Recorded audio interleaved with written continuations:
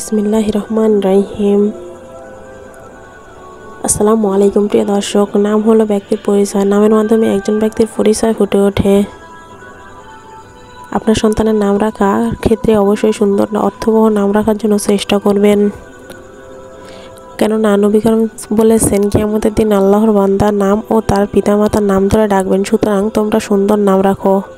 আর সেই জন্য আজকে আমি আপনাদের সাথে শেয়ার করব আল্লাহর পছন্দনীয় ছেলেদের ইসলামিক সেরা 25টি নাম এবং অর্থ।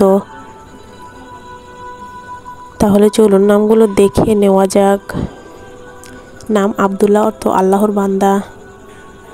নাম আব্দুর রহমান, অর্থ পরম দয়ালু আল্লাহর বান্দা।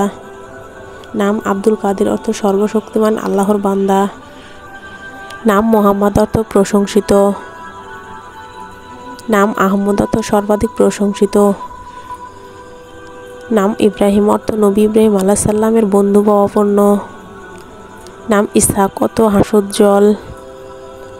নাম ইলিয়াস, অর্থ নবী ইলিয়াস আলাইহিস সালাম। নাম ইদ্রিস, অর্থ জ্ঞানী।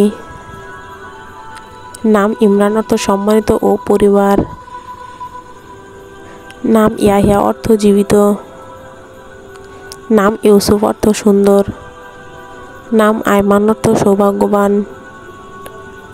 নাম আমির, অর্থ নেতা। নাম আলী, অর্থ মহৎ। নাম হাসান, অর্থ ভালো। নাম হুসাইন, অর্থ ছোট সুন্দর। নাম জাবির, অর্থ সান্ত্বনা দানকারী।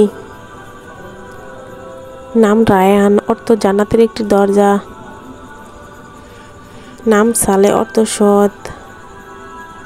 নাম সাইদ, অর্থ খুশি। নাম নুহু, অর্থ ধৈর্যশীল।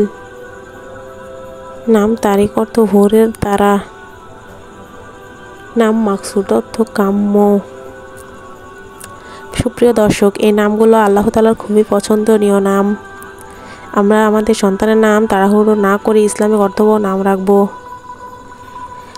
মানুষের নাম অত্যন্ত গুরুত্বপূর্ণ একটি বিষয়, তাই এই নাম ইসলামিক অর্থবহ হওয়া উচিত।